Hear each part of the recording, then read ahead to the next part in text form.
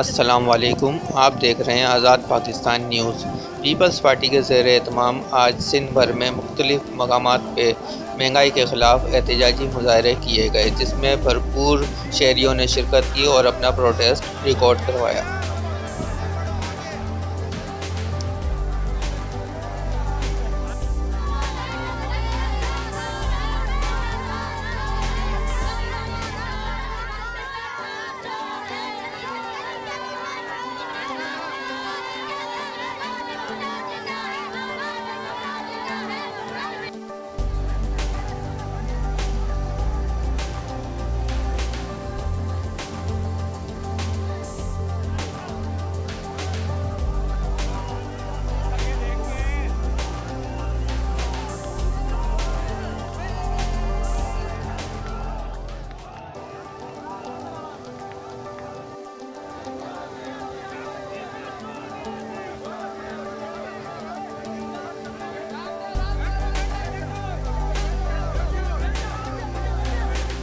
आज़ाद Pakistan news को subscribe करें, like करें कि आने वाली तमाम न्यूज़ आपको मिलती रहें।